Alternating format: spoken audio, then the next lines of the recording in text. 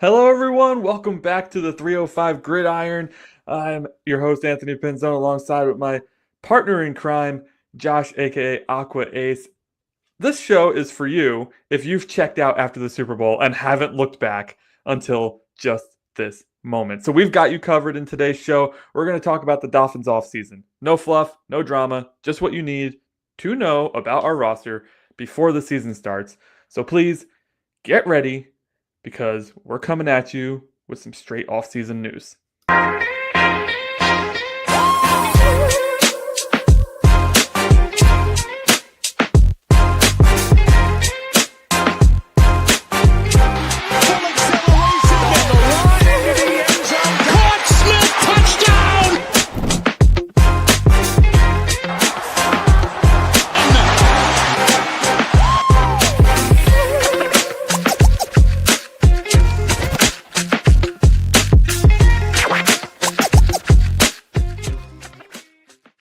Oh, baby, we are back in action. I'm so excited to be here again with you today. Josh, I am pumped to talk about this offseason. With every NFL offseason, so much has happened. So if you've looked away for even a second, you likely missed something. Yeah, this is going to be a really fun show. We were talking about, what were we going to do because we really wanted to make sure we did something like this, right, for the fans, because there are some of us that, we follow it every day. We follow it every minute. We talk to many people about everything that's going on in vivid detail, and we beat horses with sticks and whatnot. And then there are those that are like you said, right, that just check out, Yeah. are kind of not too interested in what's going on. I just want to I want it summed up for me, right? And I was really excited that we kind of pieced this together for those folks. Yeah, and so what are we going to talk about today? We're going to talk about free agency. Who did we lose? Who did we re-sign? Who did we add from other teams, right? We're going to talk about trades. We made two major trades this offseason that we need to talk about. And then we're going to talk about the NFL draft. We had, I think it was 10 picks in this draft, but we did trade up, so I think we ended up with 2, 5, 6, 7, 8 picks altogether. So let's get into, we'll start with the free agent losses. Yeah. What do you think about that? Yeah. So for those of you that aren't real clear what's going on, we're not going to talk about every single one of these guys. Yeah. Right. There are just a slew of moves that were made, both in losses and signings and re-signings and draft. We're going to talk. We'll mention everyone, but we're going to key in on the impact players that we feel like we lost, that we gained, and so on and so forth. Right. So let's go over the guys who I don't think we need to talk too much about first. We lost a pair of wide receivers that have been with the team for a while. We really like these guys, but losing them wasn't that huge a deal. And Braxton Berrios, who went to Houston, River Craycraft went over to Seattle. River Craycraft was kind of sad because he wrote on Twitter that he wanted to be back, but Miami didn't want him back, and that stunk. We lost tight end Durham Smythe and tight end Jack Stoll. I don't even remember who Jack Stoll is. That's how much of an impact he made. And Durham Smythe goes to Chicago to essentially get more playing time, but then they draft Colston Loveland, so now he's the third tight end over there. Didn't really work out for him. I'm sure he's bummed. On the offensive line, we lost Kendall Lamb to Philly, and we lost Robert Jones to Dallas. And sorry to Robert Jones. I think he's out for the season already. Yeah, I think so too. So that stinks for him. And then on the defensive line, we lost Emmanuel Agba to Jacksonville and Deshaun Hand to the LA Chargers. To round out the guys we don't really need to talk more about, Anthony Walker Jr., the inside linebacker, he signed with Tampa, and then Siren Neal signed with San Francisco. He was a safety that mostly played special teams for us last year. Yep. Now the big ones, right? Yep. First one on the list is at the running back position. You may have heard of him in the offseason, even if you weren't paying attention, because he was talking a little smack about the team. That's Raheem Mostert, who had fantastic 2 or 3 years with us. I can't remember how long. He goes over to the Las Vegas Raiders. He's probably going to be the bell cow back for Pete Carroll, which if you're in fantasy football, that's great news. Maybe keep an eye on him. But yeah, losing Raheem Mostert, I don't think we'll feel it as much because we talked about earlier this week, our running back room has kind of shaped out with younger, talented players. I think if we didn't have Wright and we didn't have Ollie Gordon, I would be pretty bummed at this loss. But yeah, I'm excited. I'm excited to see Achane get more carries and the other two as well. Yeah, and some bookkeeping. Mostert's probably RB2 because they drafted Ashton Genty. in the first round. Oh, I completely forgot about that. Never mind what I'm saying. But Mostert should still be able to provide A, veteran leadership, and B, he's talented, right? He just couldn't stay healthy towards the end of his tenure with Miami. When he was healthy in his first year and a half, he was a stud, right? And it sucks that his play tailored off the way it did. But wishing him nothing but the best. But to echo your sentiment, right? It's the quality of pieces that we have in our running back room now is exponentially better than I feel it's been in years. I mean, years and years and years. I mean, Achan's far and away the top dog in that room. Jalen Wright is still finding his sea legs as a number 2 back, or as a running back in year 2. Jesus, I cannot talk tonight, guys. Ollie Gordon is the kind of player that would have been a first round pick, a high first round pick if he came out the year before, decided to stay back at college, came out, played on a rough team and did not have a really good year. Right. And he's got all the talent in the world. And you saw that in the first preseason game, right? He is going to give Jalen Wright every single ounce of competition to take that RB2 spot. And I personally think, maybe not right away, but when mid-year hits, he will be RB2, in my opinion. Very well could be. All right. On to the offensive line. This was a big loss, but the recent play of Patrick Paul has made it feel a little less big. Tackle Teron Armstead, man, came over to us from the New Orleans Saints. He had a lot of injuries, which is what his MO was in New Orleans as well. Good. But when he was on the field, he was a dominant left tackle. He's actually still very involved with the team. He has started his own podcast, and he is at Dolphins training camp pretty much every day. In fact, he was the one that carried Jack Jones off the field when Jack twisted his ankle or whatever, which is pretty funny. Teron Armstead, huge loss, but I'm really excited about the play of Patrick Paul so far. Yeah, I mean, home run hit right there, buddy. I don't think there's much I can add, right? Teron Armstead is a warrior, was a warrior his entire career, especially for us from day one, right? I mean, you knew he was not going to be practicing a lot, and there was a better than good chance that he was missing at least 3 games a year, which he did. Yeah. Right. I think he averaged more, probably. Yeah, I think it was 4, right? I think is what his average was, rough. Yeah. And, come out after he announced his retirement, fully support all of those decisions. Not that our opinion matters. However, the things that he said he was dealing with, I'm surprised he lasted as long as he did, where he couldn't walk until Wednesday, the following Wednesday after a Sunday game. And then he didn't practice. And, so where he brought so much to that room and to the NFL, because if you remember, I don't know if you knew this, but he hosted a offensive line exclusive off-season training thing where he brought in older veterans that had retired, but that were at the top of their game when they played, to really coach offensive linemen how to play the position, which was awesome for us because we shockingly, I didn't see it coming, invested in Patrick Paul early in the draft. And he got to sit behind Teron Armstead for a year, right? I think, because he was a rookie last year. He was, yeah. It's his second year. Yeah. Got to sit behind him, learn from arguably one of the best to ever do it in the NFL, not just on our team, but to ever do it. And I thought it was real cool when Teron, unprompted, he had already retired. There's no affiliation or seeming, there's no need to be loyal or to tote the line, if you will. Came out unprompted and said, dude, this guy is good. He's got what it takes. The guy being Patrick Paul has what it takes to be a starting high quality left tackle with Pro Bowl potential. And I thought that was really cool because you're seeing it on the field. Read the practice reports and watch the film and you see Patrick Paul is a stud and is going to continue to get better. And I think a lot of that had to do with having Teron Armstead ahead of him last in his rookie year.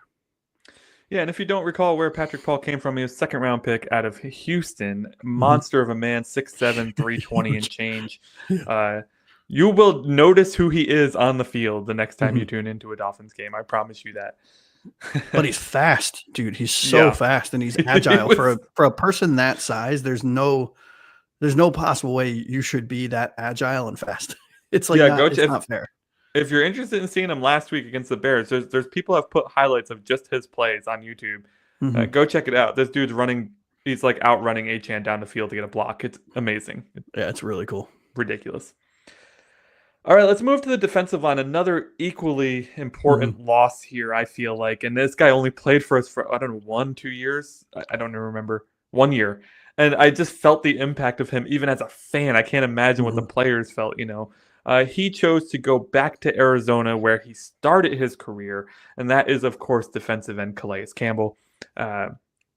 Another monster of a man, by the way, but also one of the nicest human beings on the entire planet. Every interview with him was always so positive and so humble. And, anytime like you saw him in this video that was like didn't know he was being videoed, it was the same thing, right? And his impact on his teammates was huge. I think, you know, just from a culture standpoint, I know they're trying to rebuild the culture here. I am sure that Mike and Chris were really bummed to lose Calais when they're trying to rebuild. Oh, for sure. And we made an offer to him, and it was a good offer, right? We did. It wasn't, I mean, I think we offered him like a 1 year, $5 million deal or maybe less, right? And I think he just wanted to go back to where he started it all, to retire, you know. But he also got $7.5 million or whatever it was. So well, I mean, that does help. Yeah. But yeah, no, this dude, this was he was the Teron Armstead for the defensive line, right? Yeah. What Teron Armstead meant to the offensive line, Calais Campbell came in from a leadership standpoint with what was, once Chubb was out, a very young room, right, with Chop Robinson and with Jalen Phillips before his injury, and even, I mean, Zach Sealer is kind of the leader of I think this whole team, well, defense, but you know, Calais Campbell slotted right in, was that voice of reason, was the one breaking huddles and holding people accountable and showing our younger defensive players at all of the positions, but specifically on the front seven, how to be a professional, right? And he had meetings, like, you know, private meetings with no coaches on how to manage your finances and what to look for and how to get proper legal representation for the team. So it was really, it was cool to be able to say he was on our team and to be able to watch him play for us as opposed to against us. And it sucked that he left. I understand rather why he left. And I wish him nothing but the best. I can't say the same about one of the last ones we're going to talk about, but I wish him nothing but the best. And, you know, it sucked to see him leave. Yeah, and he'll be replaced by a slew of guys, right? Benito Jones and Matt Dickerson, who we both were re-signed, and we talked about last week as well. Our first round pick, who we're going to talk more about in a minute, was Kenneth Grant, defensive tackle out of Michigan. So, and then there's other guys who we also drafted, who we'll talk about as well, who it's going to be like 5 or 6 guys filling in those shoes, and that's kind of what it takes to replace them, you know. Last guy on the list here. This is probably the biggest one to a fan who only really pays attention in season. He is the biggest name, I say, of the people that we lost. And that's safety Javon Holland, who's drafted by us, spent 4 seasons, I believe, here with the Miami Dolphins. And last year was a forgettable year for him, unfortunately, because I was a big fan of Javon Holland for his first 3 seasons. I thought, like, Minka who, right? Because we lost Minka Fitzpatrick in that trade. And then that's right. Right? I didn't put that together in my mind. Yeah, that's crazy. So we lose Minka in the trade. We draft Holland in the second. And then Holland played lights out his rookie year, so it was like we didn't lose anything at that point. Was it Holland and Rashad Jones? Yeah.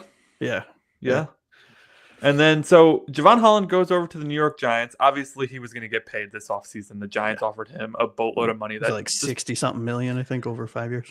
Yeah, and it wasn't that Miami couldn't afford it. You can always move money around. I just don't think Miami wanted to put that much money into that position. No.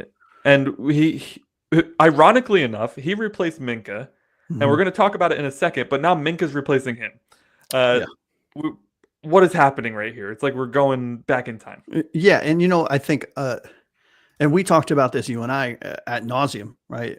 Especially during the season last year where you know, Javon was going into a contract year, which historically players play their best ball, right? Because they're trying to put their best foot forward.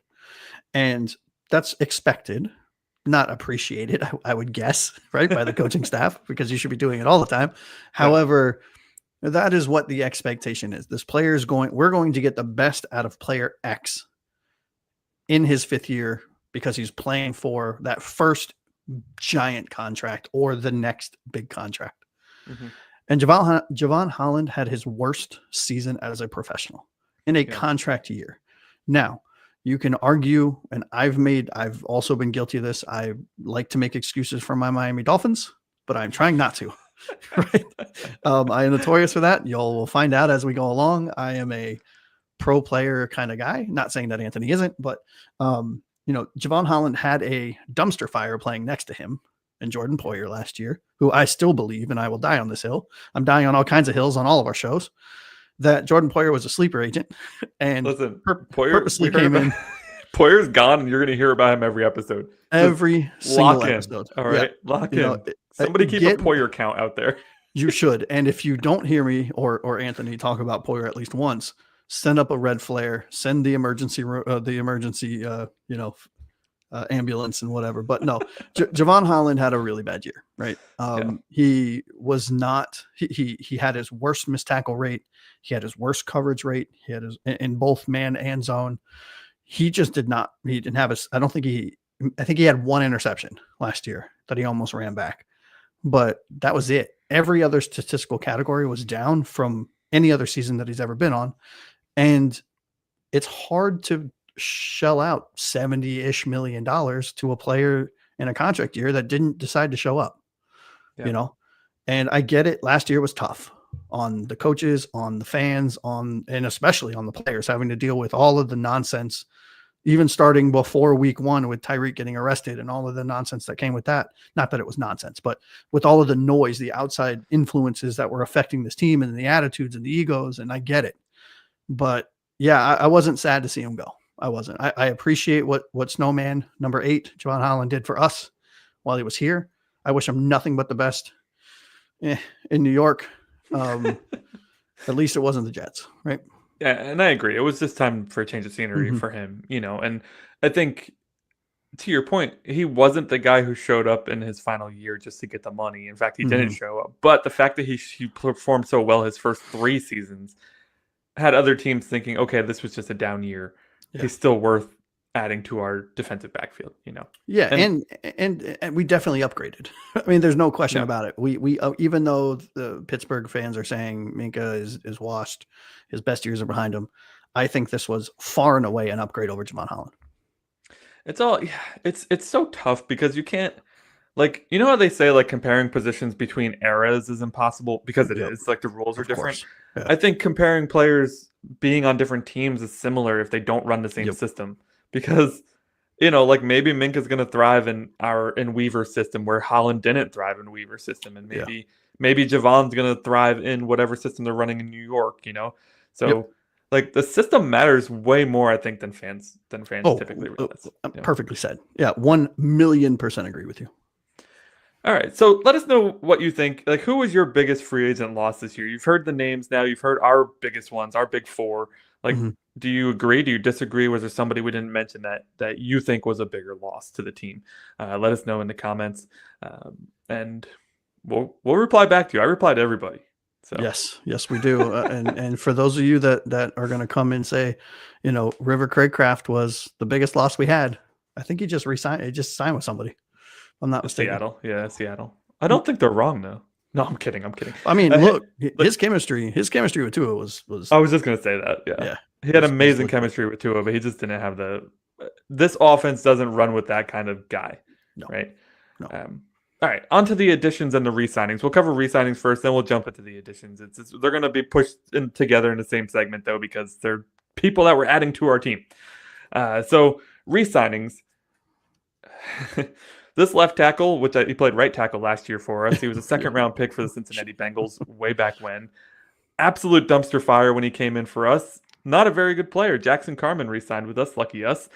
You could say the same about the next guy who plays guard, Liam Eichenberg. We thought we finally got rid of him, and here he is. He's back on the team. Unfortunate. But I don't want to talk too much about those guys because Okay, whoa, who the whoa, heck whoa, knows? whoa, whoa, whoa. No, who knows if they even make the team? Okay, we don't need to Fair. wax That's fair. poetic about guys who may not make the team. That is a very, very astute and accurate statement. However, I will make a counter just because I want to play devil's advocate a little bit when it comes to Liam. I think he's a dumpster fire. However, okay, I All think right, we've already spent too much time on Liam Eichenberg. I know. I'm making a point though. Okay. So with the offensive line additions, both in the draft, which we will talk about, and in free agency, which we're about to talk about, I think Liam Eichenberg is finally, from his entire time with Miami, he is finally in that position room, slotted in the right location where he's not supposed to be a starter. He's not the first swing tackle option off the bench. He's not even the third option off the bench right now. That is where he belongs, right? And I think, God forbid, which we all know this is an injury league, right? This is somebody that I think will contribute if he makes the team in a way that he hasn't before, if that makes sense, given where he is on kind of in the hierarchy of that room. Well, right now he's on the PUP, so he ain't doing a whole lot of anything. So that's a fair point. At defensive tackle, we re-signed Benito Jones and Matt Dickerson, who we mentioned last episode, and we've already mentioned in this episode. These guys are going to be, Benito Jones especially may start at defensive tackle. Dickerson will be a rotational piece. Outside linebacker Quentin Bell, we really liked his game last year. He's a nice come in and rush the passer kind of outside linebacker. He re-signed with the team. And then safety Elijah Campbell is one of our best special teams performers. So he re-signed as well, which is nice to see some special teams performers because, we need that. Yes, we do. And the special teams look really good so far. So yeah, and speaking of, there's a kick returner competition right now between quite a few people, actually. But Dwayne Eskridge, who I think we typically call D. Eskridge. We do. He is the leader. He's the returning kick returner from last year. He re-signed with us. So what do you think about, Eskridge's return? I know he got kicked out of Seattle because he's got a bit of an attitude problem, but so far Mike McDaniel seemed to keep that in check. Yeah, I think if we can keep his attitude in check, I don't think he offers much in the way of the wide receiver room. However, I think he isn't a genuine asset in the return game, right? No. I think it's, to your point, it's down to him and in my opinion, Taj Washington as the other, as the rookie from last year. They didn't give any action in game one for some reason. I hope he gets some this week. No, yeah, he should, because I just read that the ones across the board aren't playing, I think. So okay. Yeah. But Eskridge should probably win that position, right? As long as he stays healthy. He's small, so he can hide behind the big offensive lineman as everyone's running down the field. And then he just kind of squirts out to the left or to the right and has the breakaway speed still, even though he's a little bit older of a player, to make a difference in the game. Right. And you saw it in the first game where the Bears starting spot on the field was like their 26. Ours was our 43. Yeah. So, good. I'm glad we got him. It's on a 1-year deal. I think it's $1.27 million. It's not a lot of money at all. And for a player that touches the ball as much as he will, it's a good signing. Yeah, don't expect to see him in at wide receiver too much. Even last year when we were wide receiver dead, for lack of a better word, under deficient. Yeah, he didn't even see the field then either. So he's purely a kick returner. The other, there wasn't a lot of re-signings surprisingly, but the other big one that we really, really liked was another Seattle player, inside linebacker Tyrell Dodson. He came in when we let go of David Montgomery. For some reason, Seattle cut him despite him starting the week prior, and then they cut him. Made no sense. We pick him up, and he intercepts the ball on like his second play from scrimmage for Miami, and he just continued the rest of the season. And even though he was only a part-time player, he continued to make impact plays throughout the rest of the season. I'm super pumped to see him back. I think he's going to continue to be a part-time player, but man, if he can keep making an impact in that time he gets, I'm super pumped to see him. Yeah, see, I like it. I mean, I think he's going to be the other starter. I really do. Right. I think we're a 2-linebacker. We play a 2-linebacker set, and I think he's the other linebacker. right? I think he is a perfect complement, and cannot believe I am blanking on Brooks. He is a perfect complement to Brooks. And you are correct. I said David Montgomery. That's a Not running back for the Lions. I meant David Long Jr. Yeah, thanks for the correction. No problem. No problem. I was just gonna let it go because these guys know, right? These guys and gals that are watching, they know. But Terrell Dotson to me is and I hate this analogy, but is the lightning to thunder, in our linebacker core. So I think he's going to see quite a large snap increase, right? And I think his productivity on the field, again, knock on wood, assuming everyone stays healthy, I think he will have a really good season, like an underrated but really good season. And let's stick with the inside linebacker because Dolphins fans, we haven't seen a good inside linebacker core since Zach Thomas retired, and that was 20 years ago now, ish. So we had Jerome Baker for all those years, and finally a regime realized he was crap, so we get rid of him. We, like you mentioned, we got Jordan Brooks last year, and then we get Dotson, and we had David Long Jr. for a year and a half before he just died, fell off the world. Awful. Yeah. And I want to keep going because we added two more. We added Willie Gay Jr. from New Orleans, who against the Bears in preseason week 1 looked like a beast. And yes, he did. He's a little bit older, so I see why he only signed a small contract. He didn't have a lot of love in free agency, but I think he adds a nice rotational piece to our inside linebacker core. Oh, for sure. And then from Tampa, we grabbed KJ Britt, who I believe is only 25 years old, if I remember correctly. He is. So and Willie Gay's 26, by the way. Sorry, I don't mean to interrupt you. I just looked it up. Willie Gay Willie's Jr. only 26? 26. I thought Willie was February 29. 15th. My apologies. Okay, so we added two young inside linebackers to potentially just keep a young, flowing rotation at inside. I think this might be the best inside linebacker core we've had since Zach Thomas left. Yeah. I agree 1,000%. Right, and there's not much more I can add to that.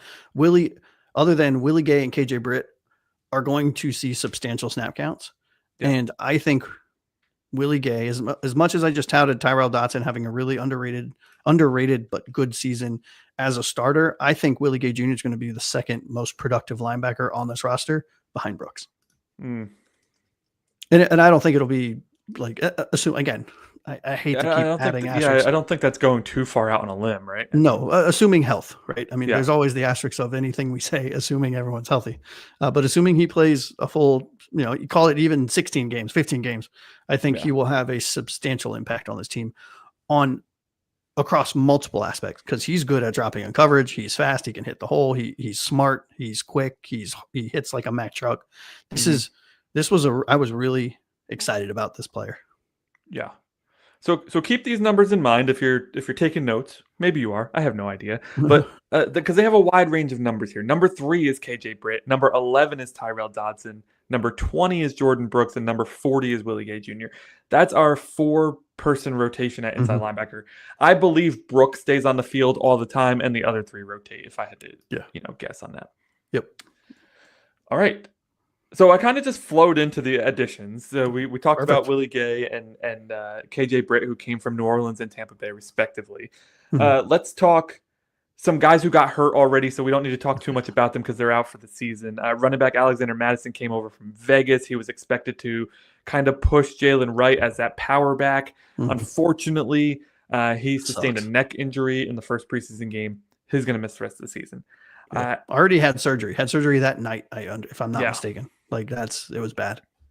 And then if we go over to the other side of the ball, at the cornerback position, we've been getting dinged left and right. But cornerback Artie Burns, who we brought in from Seattle, he is also on IR already. He was expected to lock down a starting position in our really, really weak cornerback room.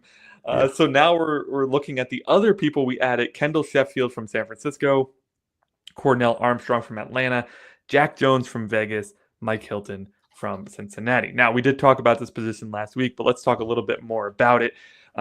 Realistically, Cornell Armstrong is a practice squad player. Kendall Sheffield is a rotational guy, and Mhm. Jack Jones and Mike Hilton are the only two that have had significant playing time outside of Artie Burns, who we already mentioned is out for the season. So, like, our cornerback room is in a lot of pain.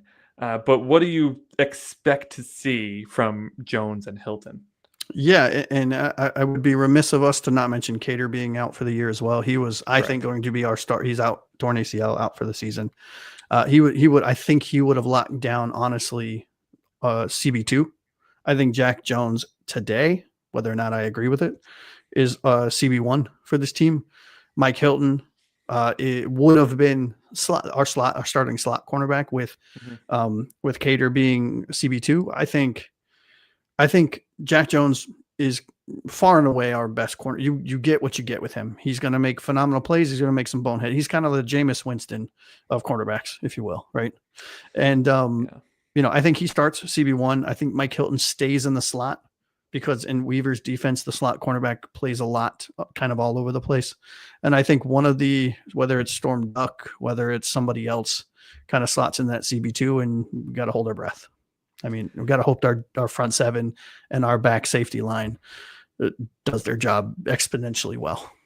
Yeah, I mean, if you couldn't tell from our tone and you haven't paid attention that much, the cornerback room is going to be a point of contention this year for us. It's bad. We are currently looking at, an undrafted free agent from last year named Storm Duck, and a guy in Jack Jones who didn't get signed from free agency until after June 1st, which means he wasn't a high priority free agent. As the two starting on the outside, Mike Hilton, a guy who got kicked out of a Cincinnati Bengals defense that was one of the worst in the league last year, as our starting slot corner. It's going to be a bad position. So, I usually am sunshine and rainbows with a lot of positions on this team. For those of you that are watching that might be new and haven't joined us here at the 305 Gridiron yet, I'm not delusional. However, I tend to shade positive, right? Because I love this team. I see the potential. I'm about as down as you can get when it comes to the cornerback room. And word is that we are making phone calls, trying to trade, trying to, get some more bodies into the room that will start for us from a quality standpoint. So we better hope to God one or two of those phone calls gets picked up and a move gets made, because right now this is the worst cornerback room in the league, and it's not even close. And Chris Greer is very hot and cold when it comes to trades. We haven't talked about our trades yet, but there were two of them, and one of them was very good, I would say, and the other one was okay. Well, I guess that's a thing, right? Is it really? I find it hard to classify that one as a trade, right? Given the retirement coming out and all that. Well, we'll talk about it in a second. That's what I mean. Like, it was just came out of left field. And we're talking about the tight end position. We expected to trade for like a real tight end, and said we convinced the guy to come out of retirement. So we'll get to that later. I think other guys, I want to talk about a lot of these guys. There's a lot of guys who are going to make an impact. And then after we're done, I'll talk about the rest of the crew. Which will be reversed for what we did for releases, but that's fine. Backup quarterback, we got Zach Wilson, who I really hated this signing at the time that it happened, because it was like our first free agency signing. It's like, hey, let's make a splash in free agency. Oh, we signed Zach Wilson. Great. Yep. Fantastic. I was hoping for maybe somebody a little bit better, but hey, if Mike McDaniel is the quarterback guru that we think he is, maybe he can get something out of Zach if, God forbid, he needs to come in and play for Tua. Zach has arm talent. He's just missing the brain talent. So we need to simplify things for him in order to, get the best out of him. Yeah. There we go. This was a move, right? This was a decision. This was a choice. Let me ask. So last year we had Skylar Thompson, Mike White, Tim Boyle, and Tyler Huntley all play starting offensive snaps for our multiple offense. Games. Yeah. Multiple games. It was the worst offense I've ever seen. In fact, I turned off a few of those games because I just didn't want to watch it anymore. Yep. You got to admit, you and I sat on our phones talking crap about right, exactly. While we're not watching the game, because that's how bad it was. Yes, exactly. And you got to admit, at least I think Zach is far and above better than those four players. Yes. My hesitation was not necessarily with Zach. Got drafted. It's not his fault where he got drafted. He wasn't. I don't think he was a first round quarterback. At maybe a second. I had him as a third round pick. Needs to grow up mentally. Has all the talent in the world from a physical standpoint. I mean, he's not the tallest. He's not the strongest. I get it. However, it's in the statement that I keep hearing, not from you necessarily, even though you just said it, but I see it a lot in the chats and in the group chats that I'm part of, where it's Mike McDaniel is supposedly this quarterback. What makes you think that he's a quarterback guru? Because you just rattled off 4 names that were his pick, and none of them did well at all. Right now, That's a fair point. He did turn around Tua. I think that was I think he I hate to say it this way, blew his load right on Tua, because he has not been able to do much from a development court. Now you can argue, okay, well, that's on the quarterback coach, and I get it. I actually am a big fan of our quarterback coach. But yeah, I'm not down per se on Wilson. I'm just not up on Wilson either. You know what I mean? Like, okay, cool. Yeah. He's better than the last 4 that we've had. Hopefully we don't need to see him, and he's the best clipboard holder in the league. What I'm excited about is that Zach Wilson is a hard worker. I mean, you don't have to like him, but every coach he has played for has touted his hard work. Like, he is the first guy in, last guy out type of player, even as a backup, because he wants to be a starter again. Now, I don't think that's ever going to happen. I don't think he has the talent. But if anybody on your team you want, other than your starting quarterback, coming in and knowing every single play and every single route and all the rotations and movements and everything that we do, it's a backup quarterback. True. And if this guy studies as hard as they say he does, I don't have any doubts that he's going to make those mental errors before the snap, as much as he's going to make the mental errors after the snap.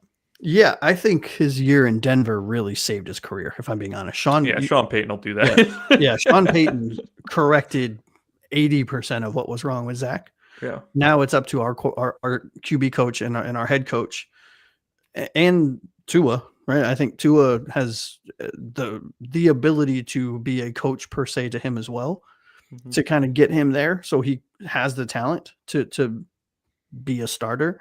Yep. But I think Denver, you saw him in Denver's preseason games last year. He looked like it. I didn't believe that was Zach Wilson, right? Yeah. I'm seeing a little bit of the Jets, Zach Wilson, and some of the things that I'm reading and some of the practices that I'm seeing in the game that last week's preseason game, with the happy feet and the can't get the ball away, can't process fast enough, is a little inaccurate and on short and intermediate passes. Dude's got a cannon though. So if he can figure out those 3 little things, I think he's got all the talent in the world, and he could provide us something down the road. Yeah, and what I look at is, I mean, he had 2 scoring drives, and I hate to keep harping on that, but you need points to win. And like, he came in, he led 2 scoring drives. I don't care if his feet move too quickly or too much, and I don't care if he can't spot a rushing linebacker to save his life. I mean, if the guy's going to score some points, then that's fine by me. Yeah, just remember, Skylar Thompson was also the preseason MVP every year, and not last year though. Not last year, but look at his first game with Pittsburgh. Yeah, the Pittsburgh Steelers are like, this guy should start over Rodgers. We've talked too much Zach now. Yes. I don't even know why we spent so much time on him. Let's move on. This guy I'm really excited about, actually. We could talk all day if you want. Wide receiver Nick Westbrook-Akine. I know that's a mouthful. Yes. This guy blew up with Tennessee Titans last year, and they didn't want to re-sign him. Why? Well, because he's a bit of a one-hit wonder. But that one hit was for the tune of 9 touchdowns last season.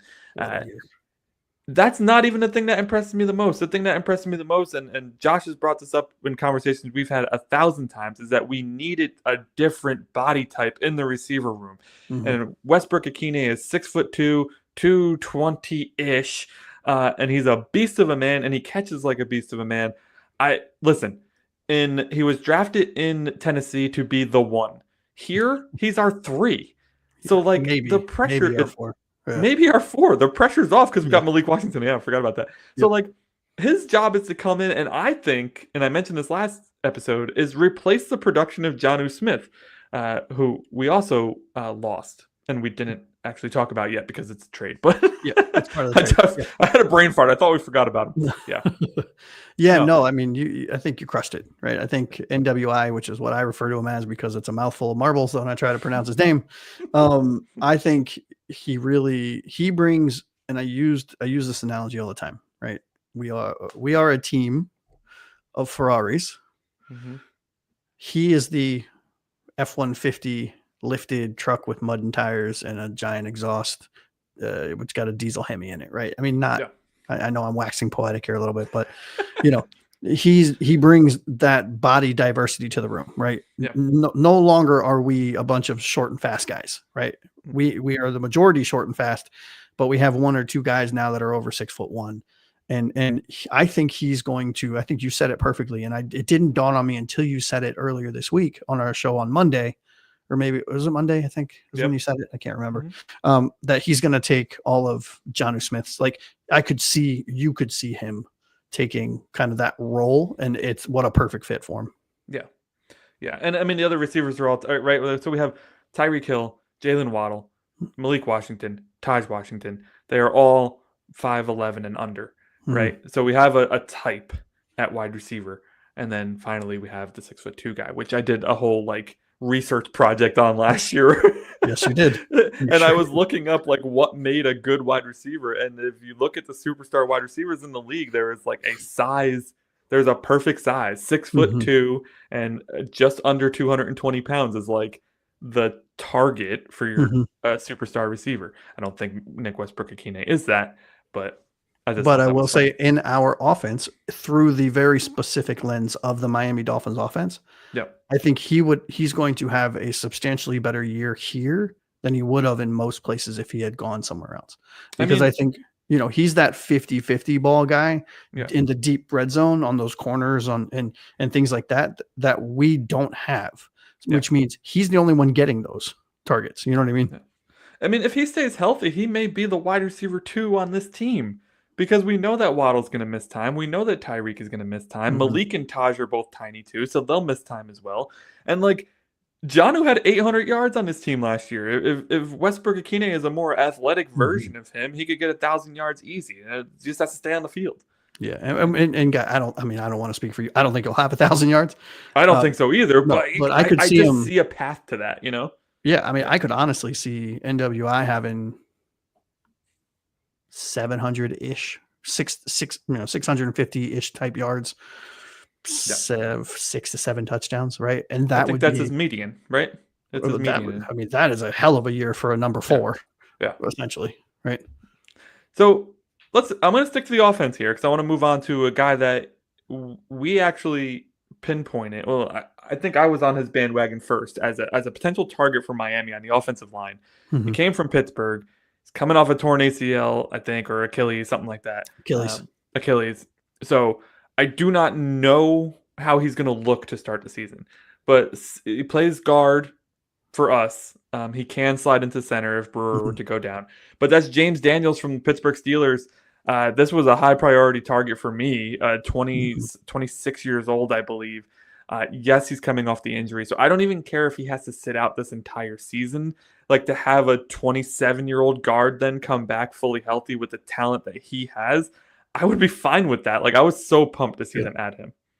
Yeah, 3-year deal, $24 million, right? I think it was like this year's like $10.5 million guaranteed with a $6-ish million. I'm not going to bore people with numbers. I forgot the real team-friendly deal too. Yeah, super team-friendly. Now, word is he's close to playing. So him missing the year, I don't think would happen unless he re-injured his Achilles, which happens, right? I was equally as excited. I did not necessarily have him on my radar when you and I were having those conversations about potential free agents and so on and so forth. But I will say this guy is exactly what you want when you are shifting mentalities from the small, fast offensive line to the road graders, which I think if you look across our offensive line, the moves and the folks that we signed and the players that we drafted has really shifted the mentality and the approach of this offensive line. And it started with, Patrick Paul, but James Daniels fits right in. He gives you that veteran leadership because we are young. We're very young on the offensive line at a lot of the key positions. And where I thought he would be slotted at the left guard position so that he could kind of help and assist our second year, first time starting left tackle in Patrick Paul. We're actually slotting him at the right guard position next to Austin Jackson, or in between Austin Jackson and Aaron Brewer. And I don't hate it. I really don't. I'm excited about him and his potential. This just popped in my mind, and just a quick answer here, because I don't think we need to go too much into it. But if he's not 100% healthy, how would you feel about them putting him on the IR designated to return? Comes back week 7 versus Cleveland. I mean, look, if we don't fix our cornerback position, put them on IR for the rest of the year because it's not going to really matter. Why risk it? I think, I think that because we faced 2 really hard teams in that. We faced Buffalo and the Los Angeles Chargers in the first 6 weeks. But it gets way harder after that when we got games against Baltimore, Buffalo, Washington, Pittsburgh, Cincinnati, right? Tampa. So, like, if we have to give up those first 6 games to get him fully healthy, I think I'm perfectly fine with that and slide Liam in there or something. I don't know. After we just got done crapping all over. Yeah, no, I mean, who else are you going to play, right? I mean, honestly, I will defer to the team and I will support whatever decision they make when it comes to him. I think this is a right guard of the future for us, and I could see him getting another deal done and staying with us long term as long as he is recovering and does all of the right things and plays like we think he will play, like he's shown he can play. Absolutely. All right. Let's move to the other side of the ball. We talked about the linebackers, Willie Gay and KJ Britt. We talked about our cornerback conundrum, which we don't need to get into again. But the other position in the defensive secondary is safety. This looked like the most horrific safety room I had ever seen up until just a month ago. Let's do it. You're not doing it justice. How bad it was. It was awful. Like, there was nobody in it. So we signed Ifeatu Melifonwu from Detroit, who is thank you, extremely talented, extremely young player. Can't stay on the field. Sound familiar? Trend. And then we signed from the New York Jets, our heated rival, Ashton Davis, who has mostly been a special teams player in his time, but I think he's looking to get on the field more at the safety position. So we add 2 guys in the defensive backfield. We added a third in Minka, which we'll talk about here in a second. All of a sudden, safety room is looking up. Yeah, safety room's in tip-top shape, in my opinion. I think health, excluded here, right? Assuming everyone stays healthy, this might be one of the deeper and better safety rooms in the league. I'm not saying a top 2 or 3 safety room in the league, but you figure Minka starting next to Melifonwu, right? Ashton Davis is the rotation guy, and will probably, in given our cornerback situation in Weaver's defense, he'll probably play 3 safeties, right? Because Davis is a great coverage safety. Melifonwu is great in the box and can cover. Minka's a do-all. So, it gets you some bigger bodies to kind of help in the run game and whatnot. And I think all 3 of these guys, including some of the younger guys that we have behind them, it's a solid room. We went from 0 to hero with that room in the span of like 3 weeks, and it was awesome. Can't truly afford much injury in that room, if we're being honest. And we got Patrick McMorris and Elijah Campbell, and we'll talk about rookie Dante Trader in a little bit. But he was a 5th-round pick, so we can't really expect too much from that. So, 3 young guys in the back, but they're not experienced to really fill the starter role like you would want. So hopefully, if we have to go back to 2, Melifonwu, Davis, and Minka can kind of at least 2 of them be healthy all the time. Last guy I wanted to we don't even need to talk a lot about it, but I know you're a big fan of his. Punter Ryan Stonehouse inexplicably gets released by the Tennessee Titans. He's been one of the better punters in the league for the past 5 years, 7 years, something like that. And Miami just scoops him up off of waivers. There's no ifs, ands, or buts about it. He's in a kicking competition with Jake Bailey, who Bailey loves to show out in the preseason and then die in the regular season. Yep. So thoughts on Stonehouse? Yeah, I think this low key was one of the best free agent signings we made, given the player that he is currently in a position battle with, which I don't believe he is. I think we're just holding on to 2 of them so we don't burn out his leg. In preseason, I was shocked. Not only that Stonehouse got released by Tennessee, but that we were able to scoop him up for a 1-year, $1.7 million deal. We threw him, I think, $75,000 guaranteed and a $75,000 signing bonus. I mean, nothing, right? I mean that tells me it is a kicking competition, though. But I mean, you look at statistically, you compare these guys statistically. I mean, but Bailey likes to show out in the preseason, man. That's not going to matter. It did in week 1 already, right? Yeah. I mean, it shouldn't matter, right? Because, I think last year, and I don't have it in front of me, but Stonehouse averaged, and I am clearly exaggerating here, but I want to say like almost double the yardage, than Jake Bailey did. I mean, I watched Jake Bailey shank a 32-yard punt, a 28-yard punt, and a 42-yard punt in the span of 3 or 4 weeks last season, I'm good with Stonehouse. Let's send Jake Bailey packing back to being a bag boy at Publix, and or maybe behind the deli, right? And let's put all of our rocks in the Stonehouse camp. Oh man. Okay. Well, there you have it. Punter talk for your preseason welcome. action here. Let's talk about the rest of the additions on the team that we don't really need to go into much detail. Tight end Pharaoh Brown came over from Seattle. Tackle Larry Borum came over from the Chicago Bears, the depth piece on the offensive line, along with Daniel Brunskill from Tennessee, whose name I have not heard mentioned much so far this offseason. And then that's it. No, Joe Cardona, a long snapper from New England. If you're into long snappers, there you go. There's your long snapper mention of the day. Isn't he our long snapper because we got rid of the other guy, Ferguson? Or whatever his name was. Yeah, we got rid of Ferguson years ago, I think. Oh, who am I thinking of? The guy that replaced Ferguson. Sorry. I think Cardona's our like starting long snapper now. All right, that was a lot to cover. Apologize. Maybe we should have kept re-signings and additions separate, but it's fine. Let us know your thoughts in the comments. Who did you like us adding? Who did you like us re-signing? Who are you bummed that we missed out on in free agency? There was quite a few people on our wish list who we just didn't even attempt to go after. There was quite a few people on a wish list who we did go after. We just weren't willing to offer the money that they wanted. Miami has been very, very careful with how much they spent in free agency this past year or two. Very deliberate with the moves and the finances that we made to try to reset this roster while also not sacrificing the ability to compete. Yeah. So we've been alluding to trades for 51 minutes now. Let's talk trade. We'll talk about the smaller one first. This is the one we mentioned before was kind of a trade, kind of not really a trade. It was Darren Waller from the New York Giants comes out of retirement, and then the Giants trade him to us for a 2026 sixth round selection. We get Waller and a 2027 conditional. What's the condition? A conditional seventh round pick up to a sixth if he plays a bunch of stuff. So essentially, we traded for Darren Waller. We convinced him to come out of retirement. He is not yet playing because he's not in football shape. He's been out of football for an entire year already. Maybe a year and a half at this point because you typically retire in the beginning of the offseason. Darren Waller comes over to replace Jonnu, who was also traded, which we'll talk about in a sec. But just thoughts on Waller, thoughts on how this impacts the tight end room. Yeah, I'll keep this one short and sweet. Right, I think Darren Waller's acquisition, where it is a recognizable name, this is if he provides something cool. If he doesn't, I don't have any expectations. Right, there are a lot of fans out here that are, oh, Darren Waller's going to save us. That's insane. Right. I mean, look, 5 years ago, this dude was one of the better tight ends in the league. Right. Yeah.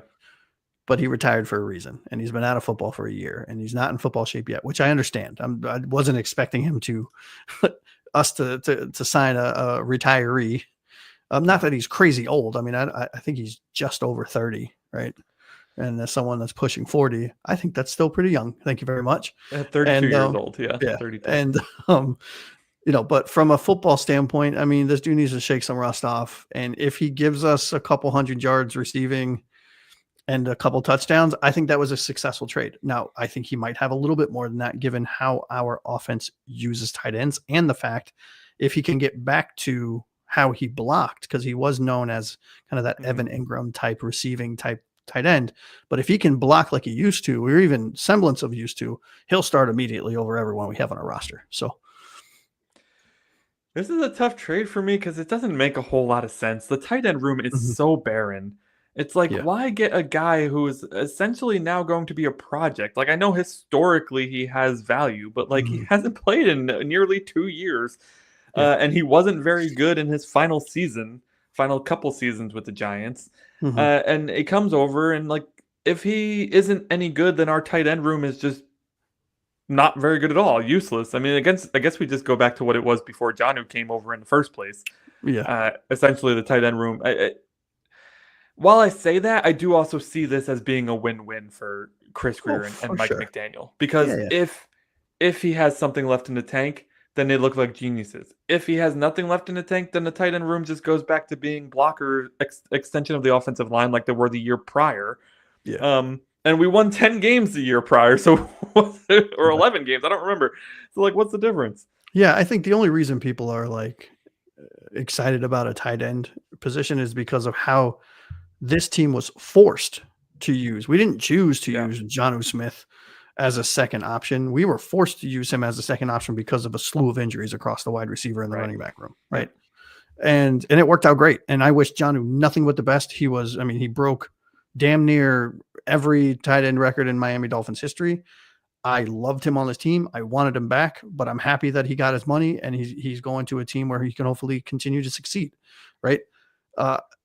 You said it perfectly. If this team gets anything out of Darren Waller, awesome. If we don't, we gave up a 6th round pick. Like, who gives a crap? You know what I mean? Like, okay, we took a swing, right? Yeah. The other trade was much more interesting, in my opinion. Very much because we welcome Minkah Fitzpatrick back with open arms. Yes. Which I got to be honest, I wasn't sure how this trade was going to. I wasn't sure how he was going to react to this. The last time we saw Minkah Fitzpatrick in a Dolphins uniform, he was very immature.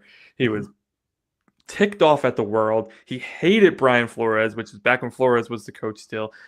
He hated Flores so much so that he forced his way out into a trade. He said, "I'm not playing. Trade me," and we traded him to the Pittsburgh Steelers. Fans remember that stuff. Remember that stuff. So I don't blame you, fans out there, if you're not that excited about Minkah. But let's have a real adult conversation here for a second. Yes. Minkah talked to the media. He said, "I'm excited to be back in Miami." He admitted, "I was immature back then. I didn't know what I was doing. I didn't know how to be a pro. I went to Pittsburgh. Mike Tomlin taught me how to be a pro, and now I'm excited to be back in Miami, and I'm excited to see what this team can do." And that's exactly what you want to hear out of him. Yeah, I mean, I couldn't have teed this up better than what you just did because, to your point, when we traded for Minkah, I was initially for that, like I had a flash level of excitement. I was like, oh my God, look, holy crap, that's amazing. And I was like, wait a minute, hold on a minute. Is this dude even going to want to play for us? Like, is he going to come in and like start crap in the locker room? Are we gonna try to buy him by doing what we did with Jalen Ramsey, which was a horrible decision, and just re-upping him right away without seeing how he's coming back from an injury and everything? And we did none of that, and none of that happened. And Minkah took his time, which also made me nervous to speak to them. I think it took him a week or two before he even said a while. Before he said anything. And he said it was deliberate because they were still, him and his new agent, Drew Rosenhaus, were still trying to work with Miami to get some money moved up and get some things worked around in his contract. They obviously wanted an extension. We weren't going to give it to him until we saw him play this year. And some handshake things were done and some wink, wink, nudge, nudge stuff was done behind the scenes. And then he came out and spoke about everything, Anthony, that you just said. And when I heard him speak, you could see he's a different person, completely different person, which we understand. I mean, he's been in the league now for 7 years ish. Right. I think he's 29. He was 22 when he came out. Yeah. So something like that. And he has matured in every way you want your a star safety or a star at a position to mature. Yeah. And, is he in his prime still? We could have that debate, right? Yeah. I still think he's got another year or two left of prime Minkah before we start seeing the downward trend. But he instantly comes into our secondary and is the best player there. And it's not even close. I mean, I was so excited to talk about him that I buried the lead. You guys have no idea what we gave up for him, which, go look it up then. I'm not going to tell you. No, I'm kidding. We gave up. And a lot of people, this was a very split trade.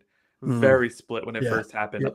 Half of the talking heads were like, Miami crushed them. What was Pittsburgh thinking? The other half were like, well, why would Miami make this trade? Pittsburgh crushed them. We gave up Jalen Ramsey. We gave up Jonnu Smith. We gave up a 7th round pick. We get Minkah and a 5th round pick. Now, on paper, that sounds like, it does sound like we get hosed because we lost 2 very productive players. Here's the reality. Jalen Ramsey didn't want to be here anymore. Jalen Ramsey wasn't going to play for us anymore. So we needed to get rid of Jalen Ramsey. Now, we were all talking, you and I and other Dolphins fans were talking, maybe we can get a 5th round pick for him. Maybe we can get a 4th round pick for him if we're lucky. Heck, if we're really lucky, we find a desperate team to get a 3rd. We got Minkah freaking Fitzpatrick for him. And then we shipped them Jonnu as well, which is a team that doesn't use the tight end that much. Last year was the first time, like you mentioned before, because we were forced to. I am obviously biased towards the Miami Dolphins on this, but I am completely fine to say that this was an even trade because we got what we needed and they got what they needed. Yeah, I think we hosed them. I don't even think it's close. I don't understand what Pitts. We've talked about this ad nauseum between us and on other shows that we've been on where this from a Pittsburgh standpoint, and for those Pittsburgh fans that might be watching this, chime in the chat and let me know what you think. Yeah, I please. think this was an offseason riddled with desperation for Pittsburgh. Aaron Rodgers, DK Metcalf, all of these moves that you're just like, this Although isn't. I love the DK move. So do I. So no, I don't hate the player. Sorry, I threw you off. I'm sorry. No. I don't hate the player. DK is amazing, right? However, when it's not the moves, the typical moves that you would associate with Pittsburgh, right? Yeah. And then they go out and this was kind of a weird 2 days of trades, right? Because it was like Minka for Jalen straight up. It was announced oddly. Yeah. Like it was like Schefter was getting information in bits and pieces, not the full story. It was like a player for player swap, and then we got a 5th round pick for Jonnu and a 7th, and then they kind of just were like, just kidding, it's all in one, right? And I think if you look at it as a whole, I think we hosed them, and if you look at it individually, I think we hosed them, right? Because Jalen Ramsey's not the Jalen Ramsey that we all know, right? Yeah. He's a troublemaker. He's a shit talker. He stirs stuff up in the locker room. He creates headaches for people. He didn't want to be here. We didn't want him here. This is his like 5th team in 4 years. Like, see you later, right? We got back a tried and true hard hat, lunch pail type player at the safety position in Minkah Fitzpatrick, who comes home to the team that drafted him, right? And is a true Swiss Army knife, can play coverage, can play in the box. I mean, smart, can play zone, can play man. He's awesome. And then we get a 5th round pick for a tight end. Now, we just got done saying how great Jonnu Smith. I wish him nothing but the best. He had a phenomenal year, broke all kinds of records like we just talked about. But I think personally, and you please let us know in the chat, I think this was the best, or last season was the best year Jonnu Smith will have for the rest of his career. Right. And so we're getting rid of a downward trending player in Jonnu Smith for a team that you just commented that we don't really use tight ends. We're not a tight end heavy team. And a 7th round pick for a 5th. And 5th round picks, especially the way Chris Grier has drafted lately, we are better in the mid to mid late rounds than we are in the first, second rounds and in the 7th rounds. So the fact that we get yet another pick in that kind of sweet spot for the Dolphins over the last 6 years in drafting, I think it's a home run all around for Miami. I don't know what Pittsburgh was thinking. Yeah, and to the point about Jonnu too, and I'm not meaning to, pee in his Cheerios or anything, but he's never been a superstar tight end. I mean, before coming to Miami, his maximum yardage was 582. That was with the Falcons the year before last, and he did have an 8 touchdown season back in 2020. We only had 448 receiving yards for Tennessee. Yeah. So like, this wasn't like, fans tend to just get so tied up in what happened last. Yeah. And they forget the fact that this wasn't a superstar player. He was a free agent for a reason, and we didn't sign him, I think, until post June 1st. Was another one of those. Yep. So yeah. And my brother is a Patriots fan, like a massive Patriots hated him. Well, they gave him like right out of that crazy year with Tennessee, they signed him for like a $38-40 million contract, thinking they were getting some superstar tight end that was going to replace Gronk. And it was a disaster. He combined with the Patriots for 539 yards and 1 touchdown. Yeah. Crazy. He had absolutely crazy 40% more production in one season with Miami. Yeah. And it was funny because my brother was like, "Oh, here you go. Hope you enjoy Jonnu." And he blew up and he was like, "Are you kidding me?" But yeah, no, I don't think Jonnu has another year like he did last year in his career. Yeah. And so if knowing that, and you gave up him in a 7th for a 5th round for moving up 2 rounds, that's a home run in and of itself, in my opinion. Let us know what you think in the comments about the trades that we made. New York Giants fans, Pittsburgh Steelers fans, Miami Dolphins fans.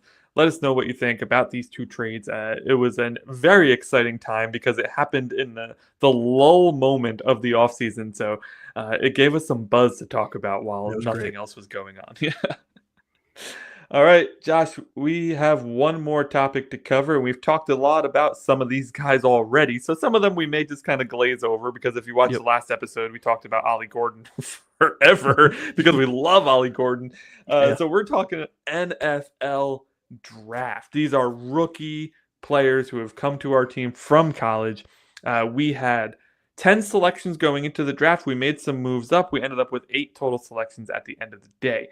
In the first round, 13th overall, I believe. Correct me if I'm wrong on that. Yep, you're good. We We're trying to anticipate who this player might be. We're cornerback Jade Barron, Malachi Starks over in safety, right? Nick Emenwari gained so much oomph right before the draft. Yep. We're like, maybe we'll take him, right? We're like, what if Tyler Warren, the great tight end of Penn State, falls to us? We'll take him, which he did fall to us. Spoiler alert, all of those guys fall to us. We didn't take any of them. Well, not Jade. Actually, no, Jade. Jade did not, right? Yeah. So Kenneth Grant, defensive tackle out of Michigan, his counterpart right alongside him, what was his name? Mason Graham, drafted top 5. Yeah. And Kenneth Grant comes 13. Now, initial reactions from the pundits was that this was a reach, but we love this pick. This was the guy we talked about prior to the draft. Was he in our top 10 most wanted players? No, he was not. If we're being honest, he wasn't mine. In our joined list. He wasn't. Right, he was right. not. No, he wasn't. Right? Yeah. But we did love his talent. We thought maybe we could trade back and grab him. We didn't. We just took him right there at 13, and now we're super pumped because we lost Calais Campbell. Kenneth Grant comes in. He's looking like a monster. I'm super pumped for this pick still to this day, Same. 4 months later. What are you expecting from Kenneth Grant here? Yeah, and I said this when we were doing a draft show for another podcast, and I said, I think Kenneth Grant's going to have a better rookie season than his counterpart that went in the top 5. Yeah. I think he's a better player, a better all-around player than Mason Graham. I think he's got better measurables than Mason Graham, in my opinion, for whatever that's worth. I am so excited that this mountain of a human being is on this team. And I thought it was great value. It wasn't the flashy signing that we all assumed would be the Tyler Warrens, the Jade Barrons, the Malachi Starks and all that. But I'll tell you what, I think as bad as I wanted Barron and Starks on this team with the safety moves that we made, Kenneth Grant this dude is going to be a wrecking ball for decades for us. And it's amazing. I'm so excited that he's on our team, and I cannot wait to watch him rack up stats this year. Oh, I'm so pumped for it. And listen, there's only so much we can say about him. And by the way, Mason Graham went 5th overall to the Browns, which is also in a good position, very good defense over there in Cleveland. Their offense is a disaster. But listen, Kenneth Grant, get excited. Watch this man next to Sealer. Being next to Sealer is going to help him so much. He's going to be a rotational player for at least the first half of the year because I think Bonito is really making a case for himself. He is, which is perfect. I think that is like perfect case scenario for a rookie coming in. And they rotate our defensive line anyways. Like if you watch the Dolphins last year, there was never the same 4 people on the field for longer than 3 plays at a time. They like to keep the legs fresh. Yep. Hot take for my hot take for the season for Grant. Comment below how crazy I am for saying this. I think Kenneth Grant's rookie year will be better than any year that Christian Wilkins had for us. Ooh, I don't think that's that crazy because Christian Wilkins wasn't a statistical guy. He didn't put up all them stats. He's a good shit talker though. Let's move on. The second round, this was a surprise to me. In the first round, there was a lot of back and forth in our old podcast about taking the offensive lineman, taking the defensive lineman. I thought, to me, just take a lineman, right? We need to build from the inside out. I'm sick and tired of taking the back end players who just end up not being able to do anything. So we went and traded up into the second round to take guard Jonah Savanaya from Arizona.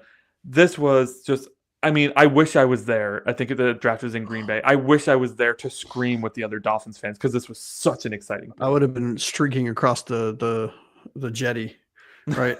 That's how excited I was. I'll tell you this.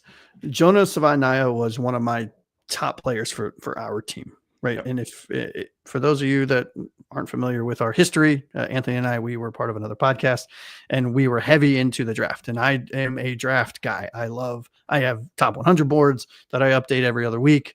They're leading up to the draft. I have rankings. I have formulas and all sheets that calculate players based on 10 stats and blah, blah, blah. I'm not going to bore everyone. But Jonah was one of the top 5 players in this draft from a Dolphins metric standpoint that fit what we do at that position, at the guard position.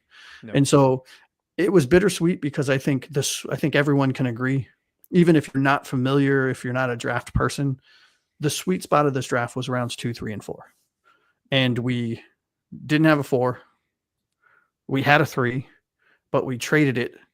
We traded our 2 and a 3 or something like that to move up into the second or higher in the second round to get Jonah. So that was a little bittersweet because I thought from a quality standpoint, we were in position to get 2 quality players, but I think Jonah is going to be an immediate impact player, which I'm okay with the fact that we got rid of 2 quality players for an impact player. Yeah. I was really torn when that happened because I really liked the player, but I had already been critical of the team for only having 3 picks in the top 100, right? Yeah. Which I felt like we had way more holes than just 3. I really wanted to, Yeah. So I think we got a 5th back as well. So we traded our 2 and 3. We get their 2 and their 5, I believe. And we take Jonah, and then it was just like tearing at me because I'm like, man, we just lost. Now we only have 2 picks in the top 100, but we got a really good player. I hope it works out, man. I hope there's not hindsight looking back being like, man, we could have had XYZ in the 3rd round, Yep. Yeah, but I'll tell you what, man, Jonah's doing and saying everything the right way. Yeah. He apparently got with, as soon as he got drafted and signed all of the paperwork and everything. And I think even before he signed his contract, there's paperwork, there's pre-contract paperwork, there's and stuff like that. I think, he got with Patrick Paul and I thought Jonah was going to be our left guard. Or our right guard, not our left guard. Yeah. And apparently he immediately got on a flight, went down to wherever Patrick Paul was, and they immediately started working together to build chemistry. I cannot tell you how much I love that. And then the fact that he's, I think he's like distant cousins to Tua. And he was like, I'm going to, he did the Will Campbell thing where he's like, I'll die for my quarterback before I let somebody touch him. Like, I mean, all the stuff that none of our offensive tackles outside of Teron Armstead and Aaron Brewer said last year, or articulated, whether it be in vocally or in play. Jonah did it all, and he was a rookie, and he's a mountain of a human being. He's fast, he's strong, he's vicious. He's got that Samoan blood in him, and I can't tell you. I think this dude's going to be a Pro Bowl guard for the next decade for Miami. I am so excited about this pick. I can only hope. I can only hope that that's what happens, because then I'll make the draft capital that we gave to the Raiders that much worth it. All right, so I talk. You guys will hear me talk about this come draft time. I think rounds 4 through 7 are the perfect area of the draft to find talented dart throws. So I'm going to combine them all. I'm going to name off. We had 3 5th-round picks, a 6th-round pick, and 2 7th-round picks. We're just going to talk about, hey, who could be the dart throw? Who can be the guy who makes the impact this season from these rounds? So in the 5th round, we got 3. 3, I think, already have a huge amount of potential because they're at positions of need. Yep. Jordan Phillips, defensive tackle out of Maryland. Jason Marshall Jr., cornerback out of Florida. Dante Trader Jr., safety out of Maryland. Again, so 2 Maryland players in the 5th round. In the 6th round, you've heard us talk about him in this episode. In the last episode, running back Ollie Gordon out of Oklahoma State set records in 2023, had a down season in 2024. Now he's in the NFL. And then in round 7 out of Texas, we took our current 3rd-string quarterback, Quinn Ewers, who we had a nice little debate about earlier this week. And then defensive tackle Zeke Biggers out of Georgia Tech, who made his presence known in the first preseason game. Jesus. Get out there, boy, for a 7th-round pick. My goodness. So there's a lot of talent here, man, but the statistics say one of these guys is going to be good. Who are you putting your money on? Well, so I think 2 players are going to be really good in long-term positions. I think a third is going to be a very solid rotational piece, and that would be Zeke Biggers. But I'm not going to talk about Ollie Gordon, right? Because we've already talked about him. We are huge fans of his. He's number 1. Go watch our last show. We waxed poetic about Mr. Ollie Gordon, probably 15 minutes on our show, right? So I'm going to turn my attention instead to Jordan Phillips, the other defensive tackle that we selected. I can't say enough good things about what this player can do, because where Kenneth Grant is the tried and true 1st-round pick of this year's draft at defensive tackle, he should be starting mid-year, like you said. I get it.